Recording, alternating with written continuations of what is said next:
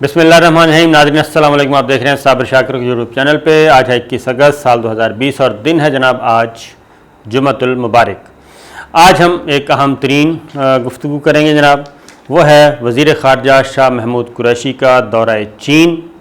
ये क्यों किया जा रहा है और इसमें क्या होना है और इससे पहले क्या ऐसी चीज़ें हुई, ऐसी डेवलपमेंट्स हुई कि जिसके बाद वज़ीर ख़ारजा शाह महमूद कुरैशी चाइना में हैं और इसके बाद क्या होगा, ये सारी बातें। और ये सिर्फ़ शाह महमूद कुरैशी साहब अकेले गए हैं या फिर उनके साथ भारी भरकम वफ़द है, ये सारी बातें।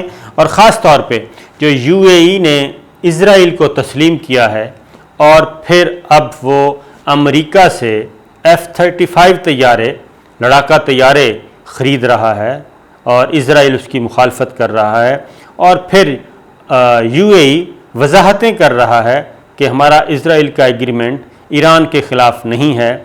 तो ये सारी बातें आखिर किस पस मंज़र में हो रही हैं, इनके पीछे छुपी हुई ख़बरें क्या हैं, ये हम आपसे बात करते हैं।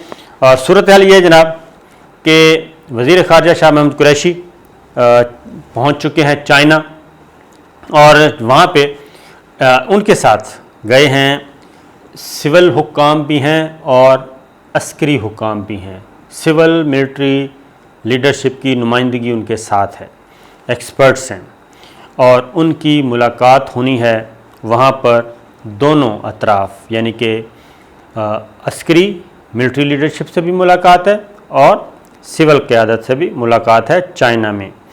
एक बात। दूसरी बात, वज़ीर ख़ारजा शाह महमूद कुरैशी की चीन के वज़ीर आज़म से भी मुलाकात है और इस मुलाकात में क्या क्या होना है।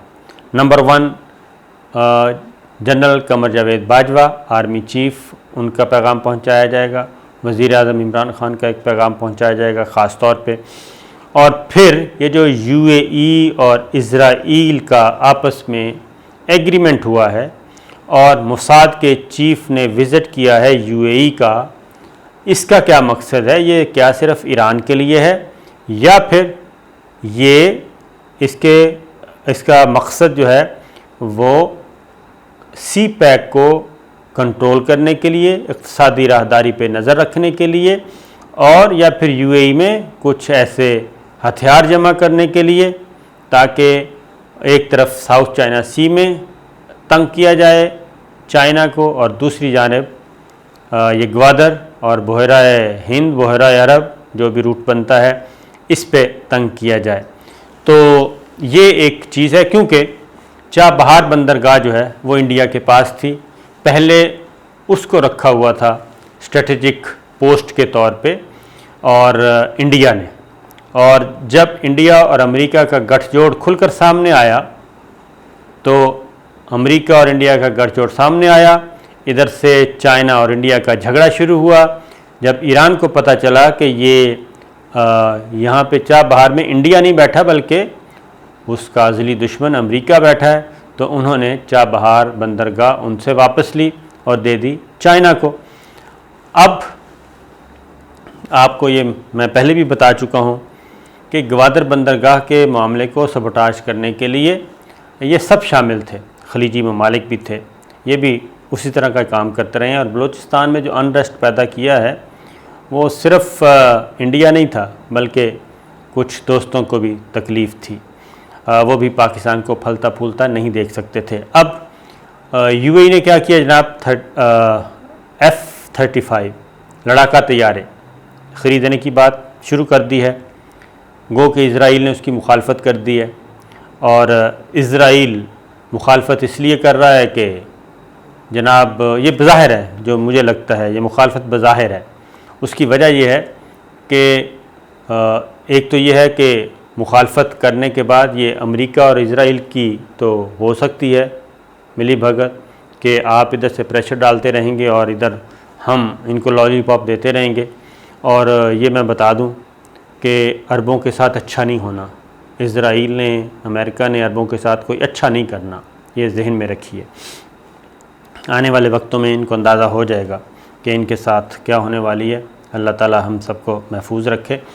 तो अब और मोसाद के चीफ़ का विज़िट हुआ। अब मोसाद के चीफ़ का विज़िट यूएई में, और ये प्रायोरिटी सामने आ गई है कि ये जो कुछ भी प्रेसिडेंट ट्रंप के दामाद कुशनर ने एक अरबों को और इज़राइल को करीब लाने की कोशिश की और पहला जो अरब रियासत का इंतखाब किया वो यूएई थी। और यूएई में बैठ के वो एक तो ईरान को भी और दूसरा सी पैक पे भी नज़र रख सकते हैं, चाइना को भी अंडर थ्रेट रखने की कोशिश करेंगे, क्योंकि गवादर और दुबई का कोई बहुत ज़्यादा फासला नहीं है और गवादर का और मस्कत का कोई बहुत ज़्यादा फासला नहीं है। तो ये वो चीज़ है, क्योंकि इसके अलावा कोई वजह समझ नहीं आती कि मुआहदा जब हुआ, इज़राइल को तस्लीम किया गया, तो पहला विज़िट मोसाद का चीफ़ कर रहा है यूएई का। तो सूरत हाल ऐसी ही है। और अब फिर एक और बात, वो कहते हैं ना कि दाढ़ी में तिनका, चोर की दाढ़ी में तिनका। तो आखिर ख़ुद ही अमारात के जो नायब वज़ीर ख़ारजा हैं, उनका नाम है करकाश, उन्होंने ख़ुद ही एक वजाहत कर दी, और वो वजाहत थी कि ये जो अमारात का, यूएई का और इज़राइल का जो एग्रीमेंट हुआ है, ये ईरान के ख़िलाफ़ नहीं है। तो ये उनको क्यों ज़रूरत पेश आई ये कहने की? तो बात बिल्कुल वाज़ेह है कि ये एग्रीमेंट जो हुआ है इज़राइल के साथ, इज़राइल को तस्लीम किया है, तो यूएई इस वक्त इस ख़ित्ते में, यानी कि खलीजी ममालिक में एक क्या कहना चाहिए, एक अपने आप को दिफाई एतबार से ज़रा तगड़ा करने की कोशिश कर रहा है, और वो एक फ्रंटमैन मुस्तकबिल में बनने की कोशिश कर रहा है अमेरिका का और बड़ी रियासतों का। क्योंकि उसकी रीज़न ये है कि ये एग्रीमेंट जो हुआ, ये कोई 2-4 दिनों में तो हुआ नहीं है, ये तकरीबन 1.5 साल के बाद, 1.5 साल पहले इस पर बातचीत शुरू हुई थी, और इसमें तमाम सोच समझ के तमाम जुज़ियात तय करने के बाद ये हुआ है। तो जब ये हो गया है, तो अब इसके अलावा कोई और जवाज़ नहीं बनता कि जो चीज़ें सामने आ रही हैं उसी में अब ईरान कह रहा हूँ, शाह महमूद कुरैशी का विज़िट है। और शाह महमूद कुरैशी साहब के विज़िट से पहले हुआ क्या है? हुआ ये है जनाब के इस वक्त बिल्कुल क्लियर है, हमें बाज रखने की कोशिश की गई इसमें, और एक 27 जुलाई को एक वीडियो कॉन्फ्रेंस हुई थी। उस वीडियो कॉन्फ्रेंस में चाइना के वज़ीर ख़ारजा थे, नेपाल के वज़ीर ख़ारजा थे, अफ़गानिस्तान के वज़ीर ख़ारजा थे और पाकिस्तान के वज़ीर ख़ारजा थे। और उस वीडियो कॉन्फ्रेंस में पाकिस्तान के खुसरो बख्तियार, जो कि प्लानिंग डेवलपमेंट के वज़ीर हैं, वो भी थे। और उसमें चाइना ने एक तजवीज़ दी थी। तजवीज़ ये दी थी कि गवादर को हिमालय के साथ, गवादर को नेपाल के साथ लिंक किया जाएगा, नेपाल को भी एक्सेस दी जाएगी, और वो तिब्बत, सिंकियांग और फिर आगे पाकिस्तान से होता हुआ जो इक़्तिसादी राहदारी है गवादर तक, उसमें नेपाल भी शामिल होगा, और नेपाल को भी ये सी रूट दस्तयाब होगा गवादर वाला। और इससे आप अंदाज़ा कर लें कि जो नेपाल ने जो नक्शा मंजूर करने के बाद पूरी दुनिया में तकसीम किया, उसका बैकग्राउंड क्या था।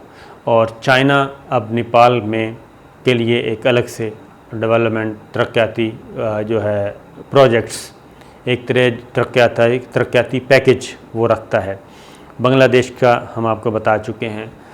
तो ये उस बैकग्राउंड में, और फिर आपको हमने बताया था हिमालय कॉरिडोर, तो ये वो चीज़ है, उसमें ये तजवीज़ दी थी। और उससे पहले ज़ल्म खलीलज़ाद पाकिस्तान आए थे, वो भी जुलाई में आए थे, और बज़ाहिर वो आए थे अफ़गानिस्तान की बात के लिए, लेकिन इन फैक्ट वो पाकिस्तान को पैगाम देने आए थे कि वो इस हिमालयन कॉरिडोर से भी पीछे रहें और सी पैक को मज़ीद एक्सटेंड ना करें।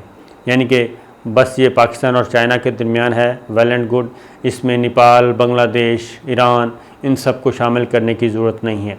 लेकिन ये एक गेम चेंजर है पाकिस्तान के लिए भी, क्योंकि पाकिस्तान को इस वक्त जो एक ही पाकिस्तान का मसला है और वो है जनाब इक़्तिसादी तौर पे तबाहाली। और जिन हुक्मरानों ने पाकिस्तान को तबाहाल किया, उन्हीं हुक्मरानों को वापस लाने के लिए भी मैं आपको बता दूं कि कोशिशें शुरू हो चुकी हैं। और ख़ास तौर पे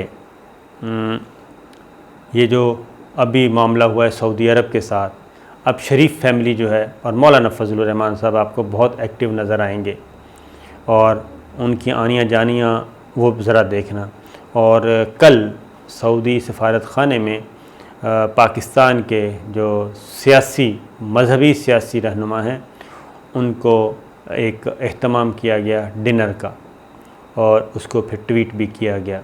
उसमें मौलाना फजलुर रहमान साहब भी थे, मौलाना फजलुर रहमान साहब की जमात के नुमाइंदगी थी, यानी कि मौलाना गफूर हैदरी साहब थे, साजिद मीर साहब थे, मौलाना नूरानी साहब थे और दीगर जो हैं मज़हबी जमातें जो हैं वो मौजूद थीं। तो इससे आप अंदाज़ा कर सकते हैं कि अवामी रद्द-ए-अमल का भी सामना मौजूद है, और वो हर दो सूरतों में है, क्योंकि पाकिस्तान के अवाम हो या सऊदी अरब के अवाम हो या मुस्लिम कंट्रीज़ के अवाम हो, वो उन्हीं का प्रेशर है कि अब तक इज़राइल हो या कोई और मुल्क हो कि अब तक वो हमें हड़प नहीं कर सका, मुसलमानों को हड़प नहीं कर सका। तो लड़ते अवाम हैं, जो मफादात का सौदा करते हैं वो हुक्मरान होते हैं। तो ये सारा पस मंज़र आप जहन में रखिए। तो वज़ीर ख़ारजा शाह महमूद कुरैशी दौरा चीन में हैं, इन सारे मंज़रनामे को वहाँ पे डिस्कस करना है, और इज़राइल UAE एग्रीमेंट, इसके मुज़मरात का भी अब जायज़ा लेना है, और जिस तरीके से UAE में अब डेरे डाले जा रहे हैं उसको भी नज़र में रखना है, नई स्ट्रेटजी बनानी है। तो ये चीनी क़यादत के साथ जब मुलाकातें होंगी उसमें ये सारी चीज़ें आएंगी। और दूसरी बात ये कि उसके बाद फिर ये जो मैंने कहा है कि नेपाल भी इसमें शामिल होगा, बांग्लादेश भी शामिल होगा, ईरान भी है, पाकिस्तान भी है, चाइना भी है। तो ये सब कुछ अगले फ़ेज़ में होना है, और अभी तो सिर्फ़ टेस्ट किया जा रहा है, असाबी जंग चल रही है। तो ये सारी चीज़ें होनी हैं।